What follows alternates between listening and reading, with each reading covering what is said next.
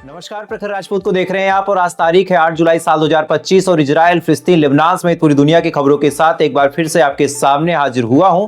इस वीडियो में आपको बताएंगे कि अब अमेरिका खुद गजा के लोगों के लिए गजा के बाहर घर बना के उनको ऑफिशियली तौर पर रहने की परमिशन देगा और साथ ही इजराइल ने कैसे ईरान के राष्ट्रपति की हत्या का पूरा प्लान बना लिया था, उसके बारे में क्या खुलासा हुआ है ये खबर भी आपको पता चलेगी। और साथ ही यमन ने कौन सा बड़ा ऐलान किया और हमास ने क्या कुछ कहा सीज फायर को लेके, इस वीडियो में इन दोनों खबरों को हम डिटेल में कवर करेंगे। इस वजह से वीडियो को लास्ट तक जरूर देखिएगा, क्योंकि अगर आप एक खबर देखते हैं दूसरी नहीं देखते तो फिर आपको खबरों को देखने का कोई मतलब नहीं बनता। तो आपसे रिक्वेस्ट है वीडियो लास्ट तक देखिएगा, तभी आपको एक कंक्लूडिव रिपोर्ट समझ में आएगी। तो बिना किसी देरी के बढ़ते हैं सबसे पहले खबर की तरफ।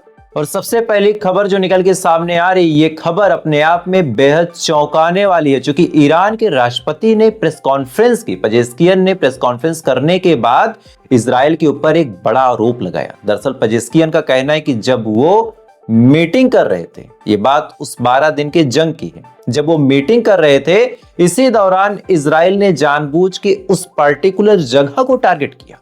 अब इस पे ईरान जब जांच बैठाता है, अपने एजेंट्स को एक्टिव करता है, उनकी जो सीक्रेट सर्विसेज, उनका जो खुफिया विभाग है, जब वो जांच पड़ताल करता है, तब सबसे हैरान करने वाली जो रिपोर्ट निकली वो ये थी कि इजराइल के पास इनके मीटिंग की जानकारी थी।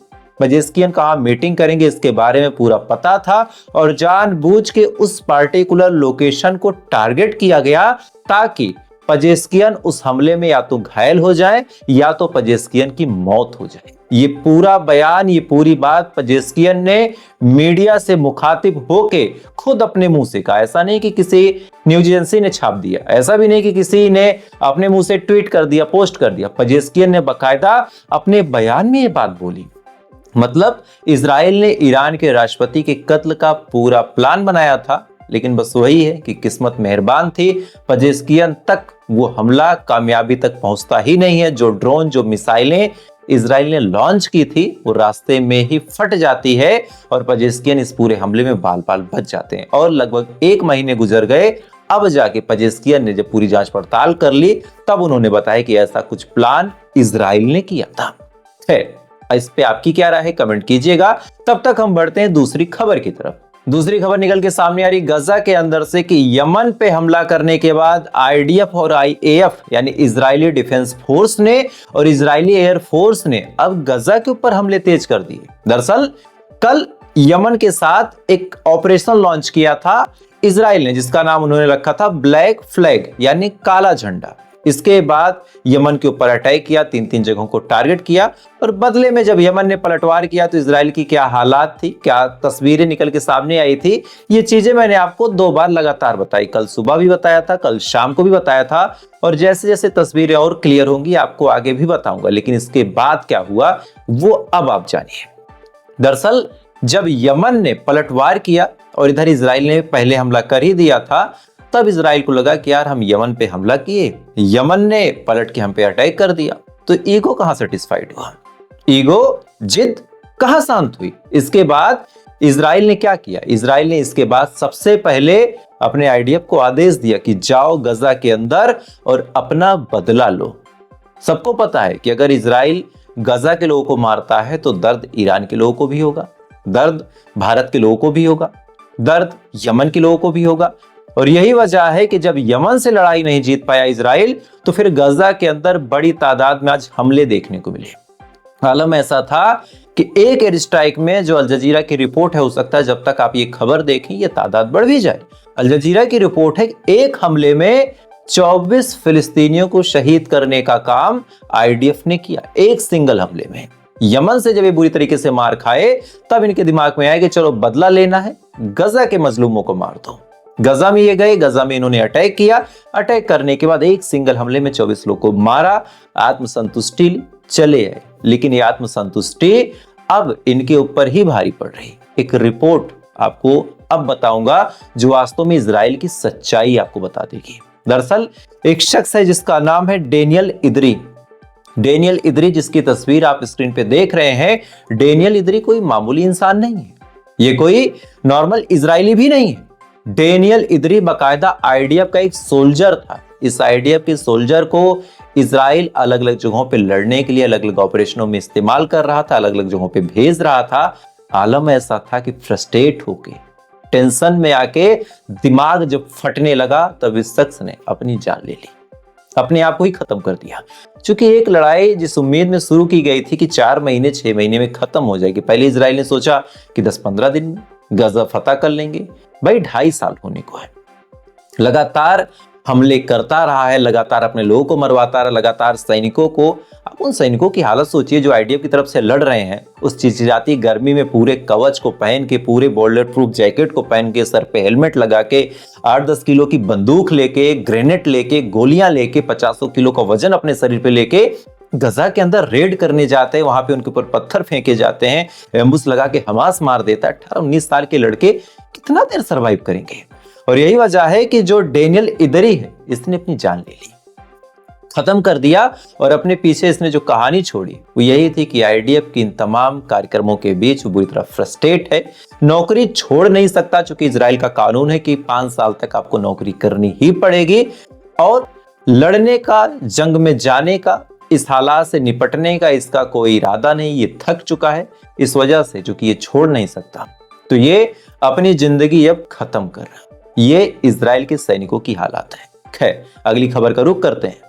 अगली खबर निकल के सामने आ रही है कि जो ह्यूमैनिटेरियन फंड वहां पे खाना बांट रहे थे गजा के अंदर, उन्होंने एक अहम फैसला लिया और इस फैसले के बारे में सीधा सीधा डोनाल्ड ट्रंप को रिपोर्ट भी भेजी। दरअसल एक रिपोर्ट निकल के सामने आई है कि जो खाना भेजने वाले यूएसडी थे, उन्होंने डोनाल्ड ट्रंप से कहा, खासकर वो जो यूएस के सपोर्ट से वहां पे गजा के अंदर मदद कर रहे थे, उन्होंने कहा कि अब हम गजा के बाहर, यानी गजा का हिस्सा है, उस गजा से थोड़ा सा बाहर यानी बॉर्डर पे आसपास के इलाकों में घर बनवाएंगे, एक टेम्परोरी घर। उस घर का मतलब होगा कि जैसे एक हॉल जैसा बना दिया, उसमें ये कोई गारंटी नहीं कि एक हॉल में एक परिवार रहेगा।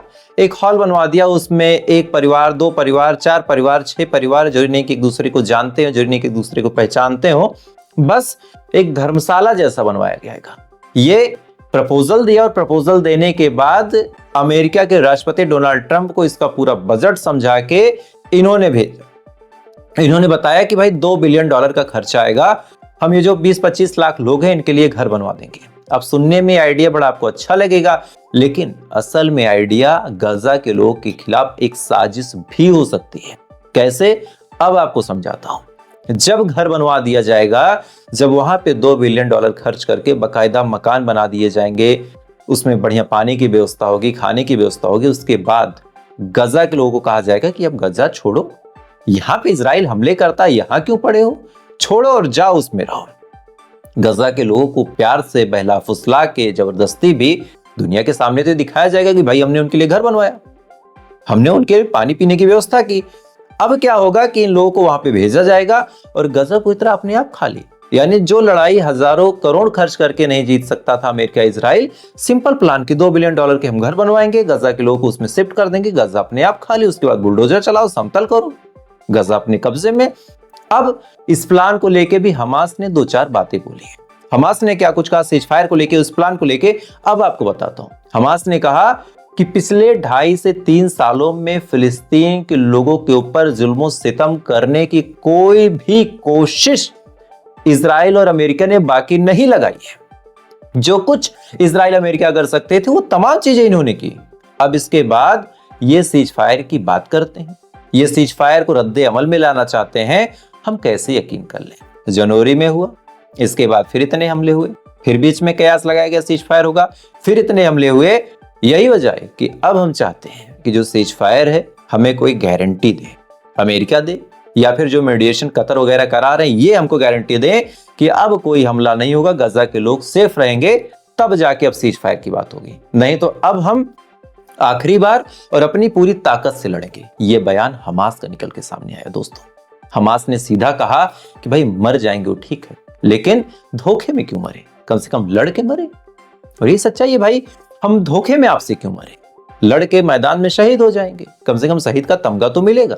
यहाँ तो धोखे में आप हमको कहो कि भाई बाहर आ जाओ, हाथ मिलाते हैं और जैसे हम बाहर आए आप हमारी गर्दन पे छुरी चला दो, ये तो नहीं हो सकता। सेम सिचुएशन हमास की है।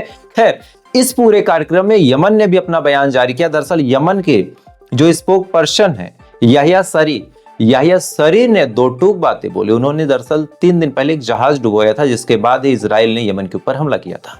इस जहाज को डुबोने में यमन ने सबसे बुद्धिमानी का काम जो किया कि ना ही इन्होंने किसी इंसान का इस्तेमाल किया, ना ही वहां पे किसी ह्यूमन को भेजा। इन्होंने एक मानव रहित जहाज भेजी, उस पर कुछ ड्रोन रखे, कुछ मिसाइलें रखी, इधर रिमोट से ऑपरेट किया, टाइमर सेट किया। उस पर्टिकुलर जगह पे पहुंचने के बाद ड्रोन्स मिसाइल लेके उड़े और जाके जहाज पे गिरा दिया।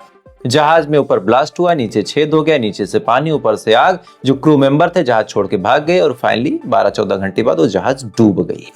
अब यमन की तरफ से बड़ा बयान निकल के सामने आया, खासकर इनके स्पोक पर्सन ने कहा कि अगर इजराइल गजा के ऊपर अत्याचार बंद नहीं करता है तो ऐसे ही हमले हमारी तरफ से आए दिन आपको देखने को मिलेंगे।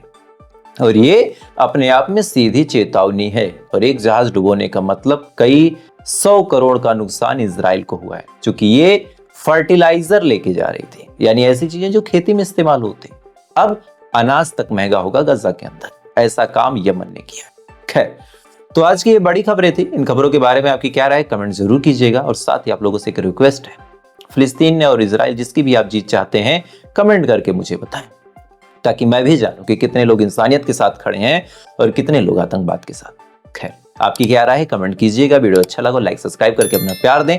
थोड़ी देर बाद आपसे फिर मुलाकात होगी इजराइल, फिलिस्तीन, लेबनान समेत पूरी दुनिया की खबरों के साथ। तब तक आप अच्छे रहिए, खुश रहिए, ऊपर वाला आपकी हिफाजत करे।